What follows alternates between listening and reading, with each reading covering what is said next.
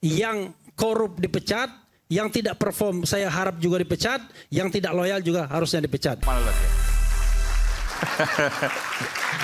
Akhirnya saya bisa meredakan sedikit diskusi ini. Bagian dari closing statement Bung Panel. Silakan. Ya, makasih Aiman. Pesan saya buat siapa nih? Bung Ubed. Rai dan Ubed. Bung Ray. Sekali pesimis, tetaplah kalian pesimis. Karena pesimis kalian juga dibutuhkan oleh negara ini. Ya, untuk memicu pemerintahan ini bekerja lebih baik. Jadi sekali pesimis, tetaplah kalian pesimis. Tapi saya tetap menjadi bagian yang optimis.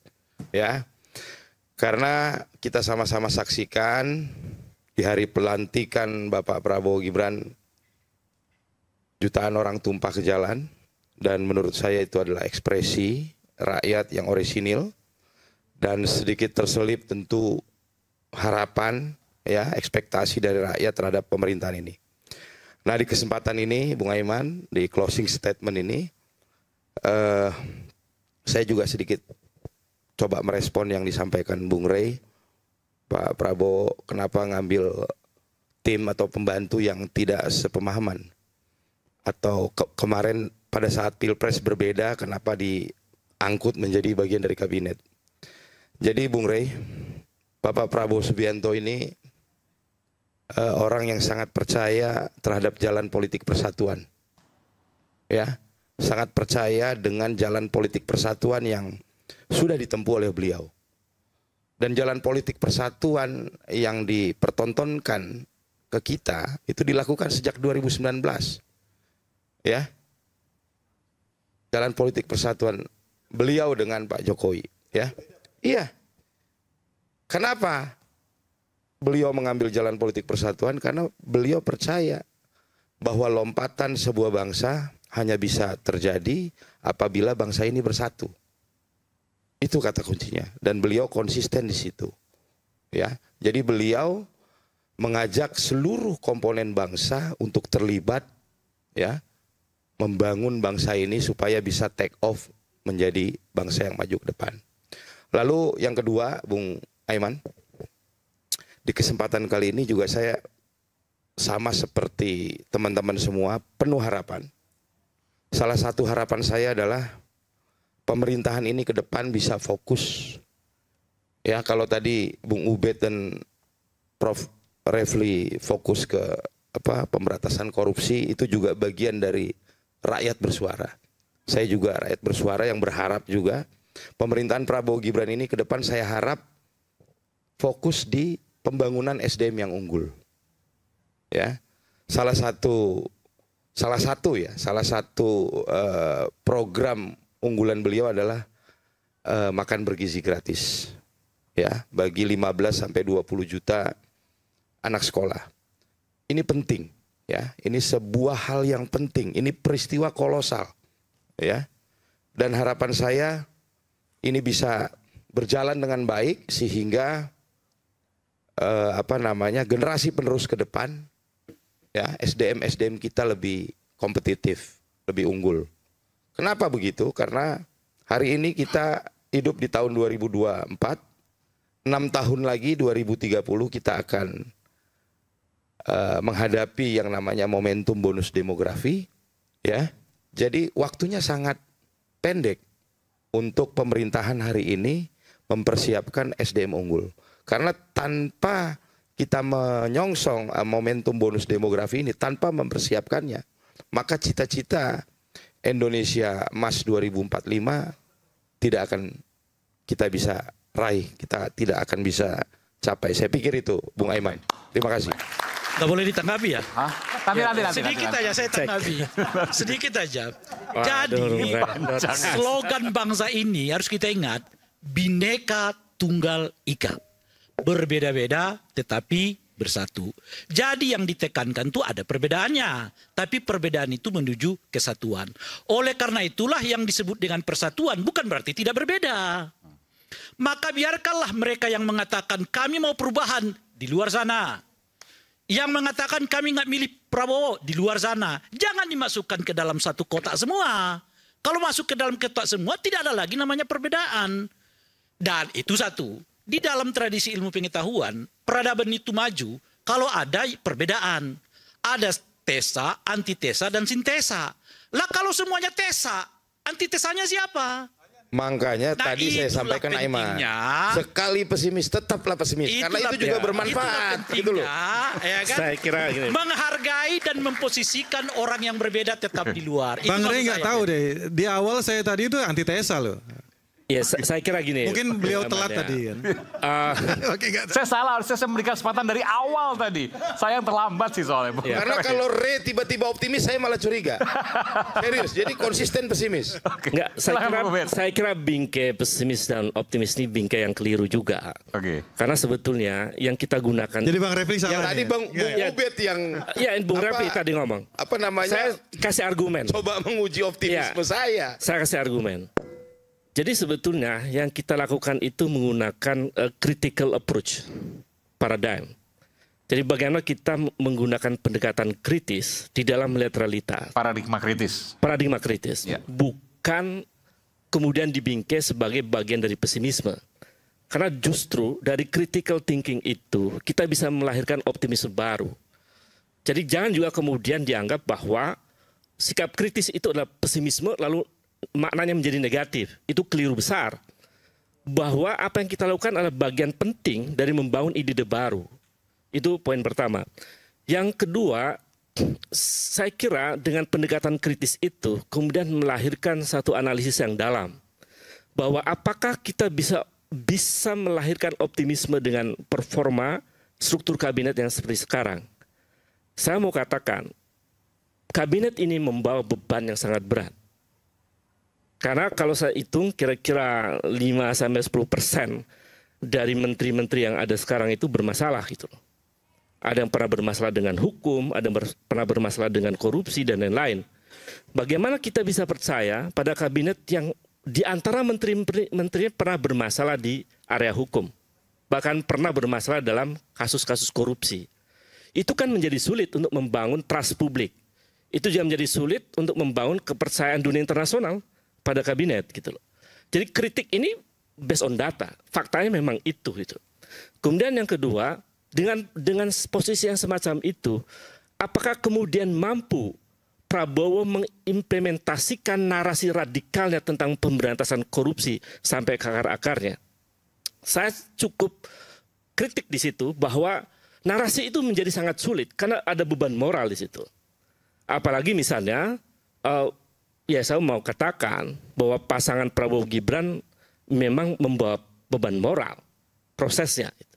Apakah kemudian mampu misalnya nih Mas Aiman, apakah KPK nanti di dalam proses pergantian nanti setelah seleksi baru kemudian mampu membongkar kasus-kasus korupsi yang pernah saya laporkan ke KPK? Ini PR besar. Anda beberapa kali melaporkan. Saya beberapa kali melaporkan, KPK, ya? termasuk keluarga istana. Tanah yang dulu maksudnya kan? Iya, termasuk yang menjadi wapres sekarang. Apakah Prabowo berani menegakkan itu? Setidaknya Prabowo apakah berani membuka pintu buat KPK untuk meletakkan persoalan itu secara adil? Apakah keluarga istana ini kena perkara betul korupsi atau tidak? Minimal pintu itu dibuka. Apakah itu ada gratifikasi atau tidak? Pintu itu dibuka. Nah itu Anda kritis atau pesimis? Oh, Terhadap itu. itu pendekatan kritis dengan pertanyaan. Orang belum jalan baru seminggu. Salah satu cara untuk membuka pikiran kritis adalah dengan pertanyaan. Saya akan bertanya, apakah Prabowo bisa membuka pintu itu untuk meletakkan perkara ini secara adil? Jawabnya kapan? Ya, saya bertanya, kan Prabowo Jawabnya tidak di sekarang sini. apa nanti gitu? Ya, nanti jawabannya adalah tindakan-tindakan Anda konkret tadi dari bilang Prabowo. Oke, optimisme saya Anda lanjutkan. rasional apa enggak? Ya optimisme ya pasti rasional lah. Masa Ya, enggak tidak rasional? selalu. Terus Anda saya bilang- uji apakah Anda optimis itu rasional. Misalnya, bagaimana rasionalisasi dari 8% itu? Kan tidak ada. Jadi itu persoalan. Jadi maksud saya, Dijawab oke saya belum lanjutkan ini. 9 hari ini kita jawab atau Kita nggak diskusi Enggak. 8% bisa tercapai atau tidak.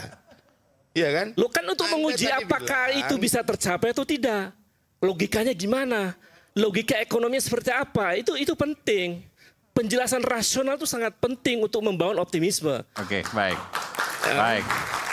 Lalu yang terakhir, Ya.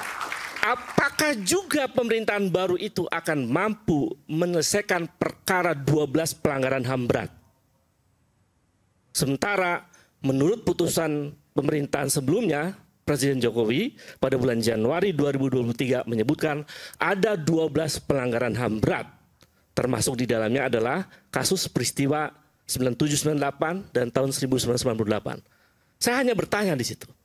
Dengan posisi semacam itu, maka kita menjadi sulit untuk bisa meyakini bahwa pemerintahan ini bisa mengurai secara detail bagaimana pelanggaran HAM berat itu diselesaikan. Nah kalau begitu, PR terbesar, jawabannya apa? Anda kritis atau pesimis? Oh, itu pertanyaan. PR terbesarnya adalah, kan solusi utamanya adalah bagaimana pemerintahan terbaru ini mampu melahirkan undang-undang Komisi Kebenaran dan Rekonsiliasi. KKR, baik. Apakah undang-undang itu akan menjadi agenda penting dari pemerintahan ini? Saya kira pertanyaan kritis itu akan bisa menjawab apakah kita bisa optimis atau pesimis. Oke. Terima kasih. Bung Refli, silakan. Nanti saya berikan kesempatan karena ini dua yang apa bukan pesimis, dua yang kritis.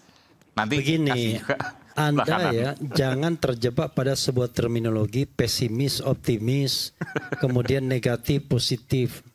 Itu resultantenya bisa nol sebenarnya. Akhirnya ujung-ujungnya kita omong-omong aja karena kita tidak based on data yang solid sesungguhnya. Jadi gini, kalau kita bicara tentang critical thinking ya, bukan maksud saya, kan saya udah mengatakan pendekatan maksudnya, tetapi yang Anda lakukan adalah seolah-olah pesimis itu jelek, optimis itu bagus, bukan begitu. Saya tidak pernah mengatakan demikian. Pendekatan itu bisa dari sudut manapun. Dan resultantenya bisa aja nol karena kita tidak berdasarkan data yang valid misalnya. Nah, saya ingin mengatakan yang namanya critical thinking itu adalah cara berpikir untuk melihat sesuatu dan itu tradisi ilmiah. Jadi kalau Anda mengharapkan orang-orang yang dalam hidup tradisi ilmiah seperti Ubed untuk ngikutin saja, nggak begitu. Karena di dalam sebuah hal yang baik pun tetap saja dia berpikir, ada apa di balik ini semua. Itu namanya tradisi critical thinking. Nah, itu sebuah tradisi yang baik, ilmu pengetahuan. Negara besar itu maju dengan critical thinking, itu satu. Yang kedua, saya bicara tentang rekomendasi ya ke depan untuk menunjukkan bahwa misalnya kalau kita kaitkan dengan agenda pemberantasan korupsi, di situ akan bisa terjawab apakah kita bakal pesimis atau optimis. Kan begitu, kan pendekatan. Misalnya begini, ini ada 6 bulan evaluasi ya, 6 bulan dulu. Saya mengatakan 3 menteri ini tidak boleh dipertahankan, harus dipecat. 1 yang tidak perform, oke. Yang kedua, yang tidak loyal kepada presiden. Yang ketiga, korup. Kalau 3 itu berdasarkan sebuah evaluasi yang objektif dengan fakta dan data yang bisa dipertanggungjawabkan, lalu tiba-tiba yang korup tidak diambil tindakan diberhentikan, wajar kalau kita pesimis terhadap pemerintahan ke depan. Kalau orang yang tidak perform, yang buruk kerjanya tapi karena dekat dengan presiden dipertahankan, wajar. Jadi pesimis dan optimis itu bisa berubah seiring dengan waktu. Saya misalnya underestimate dengan Noel ya kan, Noel. Ini penjilat nih orang ya kan. Tapi begitu dia ngomong, boleh juga nih kayaknya orang. Tapi my critical thinking mengatakan, ini lip service atau sungguh-sungguh? Track recordnya gimana? Pernah terima suap enggak? Pernah main perkara enggak? Kan itu. Sama, all of you kan begitu. Kalau Anda bicara pesimis dan optimis dalam pemberantasan korupsi, kita tanya, kamu pernah main perkara enggak? Pernah terima suap enggak? Kan kalau seandainya kita, Prabowo bisa merekrut orang-orang yang tepat di dalam pemberantasan korupsi itu. Waduh, saya akan dengan senang hati. Waduh, saya optimis nih. Nanti indeks persepsi kita akan bukan 34 lagi, tapi 51. Artinya negara kita negara yang tidak korup lagi. Kita 34 masih. 34 itu negara korup masih. Nah, bisa nggak misalnya, kalau diletakkan satu indikator, bisa nggak Prabowo lompat ke 51 misalnya? Ya kan? Itu angka yang sangat optimis kan? Tetapi perangkat mencapai yang 51 itu kita lihat. Siapa sih Kapolrinya? Siapa sih KPK-nya? Bagaimana Jaksa Agungnya? Bagaimana menteri-menteri yang direkrut dan lain sebagainya? Nah, dari situlah kita punya jawaban. Jadi tidak semudah itu kita bilang pesimis dan optimis. Saya tidak mau terjebak untuk kemudian digiring. Makanya saya bilang, kita ini masih omon-omon semua karena kabinet baru 10 hari bukan 9 hari ya. Tanggal 20 harus dihitung. Itu hari pertama. Baru 10 hari kabinet. Dan yang kita bisa lakukan itu adalah prediksi. Prediksi, bukan evaluasi, tapi prediksi. Tetapi prediksi itu kan berdasarkan data yang kita punya, perangkat analisis yang kita punya, data yang kita punya yang 10 hari tersebut. Kan, dan pemikiran kritis. Iya, dan critical thinking. Kabinetnya 9 hari dilantik tanggal 21. Saya bicara mengenai Prabowo. Iya kan? Enggak, Prabowo kan? Nah, karena dalam sistem dua-duanya benar sebenarnya. Dalam pemerintahan dalam pemerintahan presidensial sebenarnya kita harapkan itu adalah presidennya. Oke lah, soal kabinet 9 hari, presidennya 10 hari. Nah, karena itu kita hanya bisa melakukan prediksi. Itu sama dengan komentator sepak bola, ya kan? Yang memprediksi pertandingan belum tentu benar dia, walaupun perangkat datanya baik. Saya sebagai terakhir saya ingin menyampaikan apa yang disampaikan Indra Gunawan. Indra Gunawan itu adalah pelatih tunggal putra Indonesia yang berhasil mengantarkan Alan Budi Kusuma, kemudian Ardi B. Wiranata, Hermawan Susanto bulu tangkis mendapatkan emas, perak, perunggu di Olimpiade pertama kali di Barcelona tahun 1992. Saya wartawan olahraga pernah. Saya tanya, Ko Indra, itu gimana kemarin? Hebat sekali strateginya. Kita nggak pakai strategi katanya. Begitu kita lihat pool katanya, udah kita nyerah. Kenapa? Ini poolnya tidak menguntungkan kita lawan Zhao Jinhua, kan ada Wu Wenkai dan lain pemain-pemain. Ini namanya Zhao Jinhua itu kalau dalam keadaan top form nggak ada yang bisa mengalahkan dia karena dianggap teknik dia di atas rata-rata. Itu namanya Zhao Jinhua. Nah, tetapi toh kita menang. Jadi menang tuh ada faktor lain, lucky kan begitu, ya kan? Perencanaannya sebenarnya buruk, tapi faktor lucknya tinggi. Nah, karena itu saya bawa kita juga fakta, data, analisisnya udah benar semua, tapi tiba-tiba ada bencana alam, faktor geopolitik dan lain sebagainya. Oke, karena itu saya tetap akan terus berpikir kritis untuk melihat pemerintahan ini ke depan, memberikan rekomendasi, memberikan catatan. Yang korup dipecat, yang tidak perform saya harap juga dipecat, yang tidak loyal juga harusnya dipecat. Wassalamualaikum warahmatullahi wabarakatuh. Cukup saya pikir ya. Baik, terima kasih. Dan pemirsa, sejarah baru lahir Kabinet Merah Putih yang genap lebih dari sepekan dikukuhkan menjadi kabinet terbesar sejak tahun 1966 silam.